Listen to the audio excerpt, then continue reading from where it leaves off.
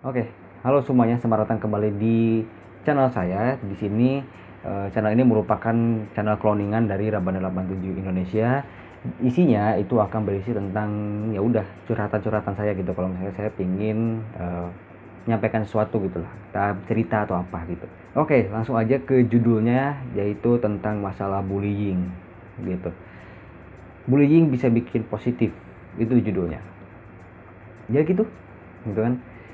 Ini berdasarkan dari pengalaman saya sendiri. Saya adalah termasuk korban bullying ya. Saya pernah dibully itu sejak SD gitu. SD itulah yang paling parah lah dari bullying. Saya mulai dibully itu SD kelas 2. Kelas 2 gitu kan, udah mulai lah gitu kan. Waktu itu lucu ya, jadi pertemanannya tuh lucu. Waktu itu jadi geng gitu kan, geng-gengan. Dimana di situ ada momen dimana saling memusuhi gitu loh. Nggak tahu lah, nggak ngerti juga ya kenapa kok bisa kayak gitu, dan disitulah ya ada rasa kayak dibully gitu lah. Bukan rasa dibully, emang dibully sih di situ. Itu jadi ya menghina gitu-gitu, pokoknya kena mental lah gitu kan. Lumayan lah gitu, kena mental. Terus juga zaman kelas 3 itu juga sama. Yang paling parah itu kelas 6. Gitu, yang paling parah itu kelas 6. Waktu itu bener-bener ya emang tidak ada bully secara fisik gitu kan, tidak ada bully secara fisik, tapi bener-bener ke mental banget, bahkan sampai ada momen di mana saya tuh depresi. Mungkin masuk ke tahap depresi ya, di mana saya udah nggak mau lagi masuk sekolah gitu gitu, nggak mau lah pokoknya. Emang alasan sih, jadi alasannya sakit gitu, alasannya sakit bener, udah nggak mau gitu, benar-benar nggak mau ketemu teman saya gitu, yang terutama yang ngebully lah gitu ya. Benar-benar apa ya, itu bahkan dari SD kelas satu sih belum ya, teman udah ada gitu, cuman ada bully. Karena gini, kenapa kok saya jadi korban bullying, karena waktu zaman SD itu saya itu benar-benar kayak nggak bisa ngapa-ngapain gitu loh. Benar-benar saya tuh kayak orang yang nggak berdaya gitu loh. Saya bahkan ngomong kayak gini aja apa ya, nggak bisa waktu itu ya, ngobrol sama orang lain tuh benar-benar nggak bisa. Saya benar-benar pendiam, sediem-diemnya waktu itu, benar-benar diem banget. Ya mungkin salahnya di situ kali ya, saya bergaul aja nggak bisa, terus juga ngikutin pelajaran aja saya nggak bisa gitu ya. Waktu itu bakat saya tuh belum kelihatan gitu, meskipun ada pelajaran komputer, karena kan bakat saya di komputer ya. Waktu itu ada pelajaran komputer tapi bakatnya belum menonjol lah. Jadi teman-teman saya tuh nganggap kalau saya itu ya udah orang yang nggak bisa apa-apa gitu, benar-benar nggak bisa apa-apa, dari akademik non akademik nggak bisa gitu. Jadi ya sasaran bulinya saya, karena lemah gitu. Saya juga kayak lemah lemah banget emang kalau dipikir-pikir saya dulu tuh. Tapi saya termotivasi dari bully itu, terutama buat teman saya nih ya. Makasih juga yang udah bilang ini, kalau saya itu gak bisa ngapa-ngapain gitu. Nah itu kata-kata itu kayak membuat apa ya, termotivasi gitu. Kalau saya tuh bisa gitu, sebenarnya bisa gitu. Gak yang apa yang teman saya bilang gitu, kalau saya tuh gak bisa ngapa-ngapain, pasti bisa gitu. Itu diwujudin waktu SMP gitu. Di situ saya pengen ngebuktiin kalau saya itu ya bukan orang yang pendiam terus juga nggak bisa ngapa-ngapain gitu. Waktu itu saya udah mulai mulai speak up di situ, mulai ngobrol gitu kan, meskipun ya masih lah gitu, karena kepribadian saya itulah introvert. Jadi introvert juga katanya benar-benar, kalau kata ini ya, kata psikolog yang pernah ngecek saya gitu kan, katanya saya tuh emang benar-benar introvert, benar-benar introvert banget gitu. Jadi ya akrab sama orang lain susah gitu kan, tapi sekalinya akrab sama orang itu benar-benar ya bisa jadi ekstrovert gitu, benar-benar bisa cerewet gitu kan. Di SMP di sini saya termotivasi dari itu, kalau saya tuh bisa gitu, kalau saya tuh bisa lebih dari mereka gitu, lebih dari mereka saya bisa gitu. Ya emang bukan dari akademik gitu, bukan dari akademik, karena akademik lumayan lah gitu kan, akademik lumayan gitu kan, meskipun emang ya nggak bagus-bagus amat gitu, tapi lumayan. Di situ saya menunjukkan dengan saya berusaha masuk organisasi, meskipun memang gagal gitu, meskipun gagal. Saya udah ikut 2 kali percobaan organisasi tapi gagal. Waktu itu saya mau masuk OSIS itu waktu kelas 7, cuman nggak masuk. Terus juga mau masuk ke UKS. Jadi kalau sekarang eskulnya namanya PMR ya. Eskul, organisasi namanya PMR kalau sekarang. Tapi waktu itu namanya UKS. Cuman nggak masuk. Ya, tapi ya udahlah. Gitu kan, ya udah, yang penting udah mencoba gitu kan. Terus yang paling penting adalah ada progres, di mana saya udah mulai bisa ngobrol gitu kan. Dulu presentasi di depan tuh bener-bener hal yang paling saya benci gitu loh. Ya bisa gemeteran gitu, belum bisa gemeteran, tapi ya SMP udah mulai. Itu SMP udah mulai, saya mulai berubah diri. Terus SMA adalah masa puncaknya. Benar-benar masa puncak saya berubah. Di situ juga akhirnya saya bisa masuk organisasi, dan di situ gini ya, saya tuh loyal orangnya. Jadi dari zaman TK sampai SMA itu saya sekolah di yayasan yang sama gitu, di yayasan sama ya, otomatis kalau sekolah di yayasan yang sama itu ketemu lagi sama orang itu lagi ya, sekitar 50% lah gitu, sekitar 50%. Apalagi antara SD, SMP sama SMA tuh nggak jauh-jauh beda lokasinya gitu, nggak jauh-jauh beda lokasinya. Apalagi ya namanya satu yayasan udah pasti dikasih kemudahan dong. Misalnya dari SD ke SMP yang sama gitu kan, dari yayasan yang sama ya mudah aksesnya gitu kan, mudah banget buat masuk gitu, nggak usah lewat jalur tes atau gini-gini kayak gitu-gitu. Nah, saya bangganya itu akhirnya bisa melebihi orang yang ngebully saya itu waktu SMA gitu. Meskipun ya ini nih buktinya ya, jas organisasi ini sekarang emang ya udah lengser gitu, tapi jasnya kan ini punya saya, jadi masih bisa saya pegang dan sampai sekarang beberapa momen saya pakai, terutama di channel saya juga ya, di Rabana 87 Indonesia, terus juga di sini ini juga saya akan pakai ini terus gitu kan, ini sebagai ya uniform lah gitu, sebagai seragam lah di channel ini.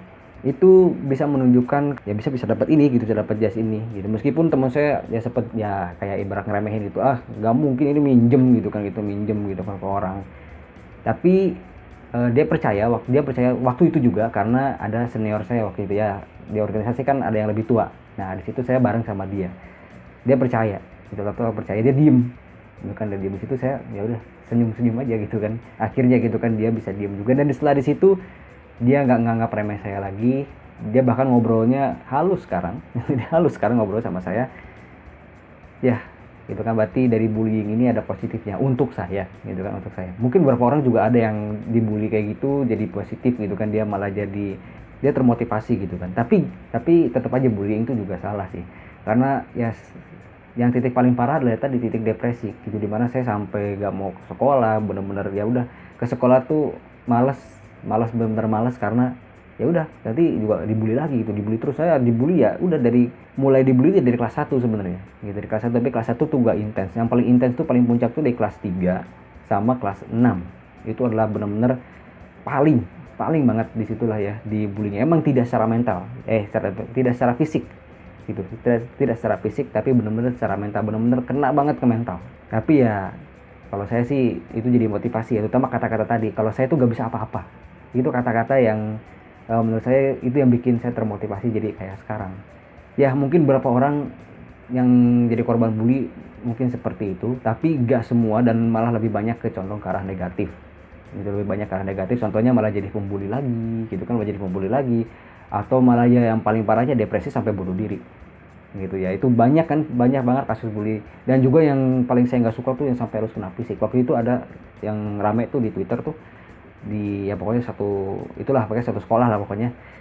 Itu benar-benar saya nggak suka banget, saya benci banget, karena yang dibully itu cewek ya kan, dibully itu cewek perempuan gitu kan, dibully sama laki, ditendang gitu tuh. Itu benar-benar aduh ya Allahumma gitu kan, kena mental aja sakit itu, apalagi secara fisik. Emang saya nggak ngerasain secara fisik, tapi sakitnya lebih gitu. Dan itu pasti traumanya benar-benar trauma. Kalau saya kan nggak ada trauma sebenarnya, kalau saya nggak ada trauma ya, karena ya tadi udah berhasil lah gitu kan, karena termotivasi itu jadi nggak ada trauma, malah jadi bangga gitu kan, malah jadi bangga. Tapi kalau yang kayak gitu ya, dibully secara fisik, itu pasti trauma, dan ya udah hidupnya hancur sih, bisa aja hidupnya hancur kalau dia nggak bisa memotivasi diri, bisa hancur hidupnya. Entah bisa jadi pembuli lagi ya, tadi bisa jadi pembuli lagi, atau yang malah depresi terus-terusan, dan ujung-ujungnya bisa bunuh diri. Itu benar-benar ya, aduh ya, bullying itu mau itu mental mau itu fisik emang sakit sih. Jadi ya dalam konten ngoceh ini ya gitu kan, konten ngoceh ini ayolah gitu yang masih sering ngebully orang gitu lah, udahlah gitu kan, stop gak usah ngebully orang gitu kan. Kenapa sih, apa juga sih gitu kan, apa juga emang kenapa sih harus ngebully? Waktu itu juga saya heran sih, kenapa kok saya dibully. Ya mungkin kalau saya sih gara-gara pendiam dan lemah kali ya gitu kan. Kalau menurut saya sih, kalau misalnya kalian nemu teman kayak gitu, misalnya satu kelas kalian gitu kan, ada teman yang kayak gitu, ya ajak ngobrol lah gitu, ajak ngobrol. Mungkin dia introvert gitu kan, introvert kan dia gak suka di tempat apa yang belum dia kenal gitu kan. Kayak saya waktu pas pertama kali saya masuk kuliah aja, teman-temannya nggak kenal, saya nggak nyaman. Udah saya nggak nyaman. Tapi ada beberapa teman saya yang ngajak gitu kan, ada beberapa teman lain yang ngajak ngobrol, saya ujungnya saya sekarang nyaman. Terus sekarang saya nyaman sama mereka gitu. Introvert kayaknya kayak gitu semua, bukan kayaknya sih, emang kayak gitu. Karena beberapa teman saya juga introvert, termasuk saya juga introvert, dan merasakan itu ya. Mungkin dia introvert dan ya udah ajak ngobrol gitu, nggak usah dibully. Atau kalau dia buat salah juga nggak usah dibully sih gitu. Kalau misalnya ada yang buat salah gitu ya, cukup dinasehatin aja lah gitu kan. sakit memang, sakit banget. Ya di media sosial juga kalau yang sampai dibully kan membekas banget ya, itu benar-benar membekas banget ya, sampai ya depresi di segala macam. Pokoknya intinya emang efek dari bullying itu emang depresi sih, itu yang paling ininya. Dan depresi itu kan ada yang bisa dilawan, ada yang enggak. Nah kalau yang nggak bisa dilawan, ya udah efeknya yang paling fatalnya bunuh diri. Ya mungkin itu aja untuk konten ngoceh ya. Ini buat kalian ya, lagi-lagi pesan saya, jangan ngebully orang gitu, jangan ngebully orang gitu, karena efeknya ke depannya itu bisa fatal. Kalau misalnya orang itu dia nggak bisa recovery gitu, kalau orang dia nggak bisa recovery, ya nggak bisa motivasi dirinya, ya udah efeknya tadi udah saya bilang berkali-kali, bisa bunuh diri gitu, depresi, bunuh diri, itu kan bahaya, itu kan bahaya banget. Oke, cukup sekian aja untuk konten ngoceh kali ini. Maaf ya kalau misalnya gak jelas itu ya ini isinya apa, karena emang ya udah di channel ini isinya kayak gini aja, curhat gitu kalau ada yang pingin saya sampaikan. Kalau apa, makanya juga nggak di channel Raba 87 Indonesia ya, karena kalau di Raba 87 Indonesia itu jelas lah kontennya. Kalau di sini ya udah kayak gini isinya gitu. Mungkin nanti akan ada curhatan-curhatan berikutnya gitu kan ke depannya. Ya udah, cukup sekian aja untuk konten ngoceh kali ini. Apabila kamu menyukai konten ngoceh ini, silahkan klik like. Apabila tidak menyukai juga klik dislike juga nggak apa-apa. Yang belum subscribe silahkan subscribe. Nggak usah deh, terserah kalian deh, kalau mau subscribe, kalau enggak juga nggak apa-apa. Ya udah, saya Puji, sekian dan terima kasih.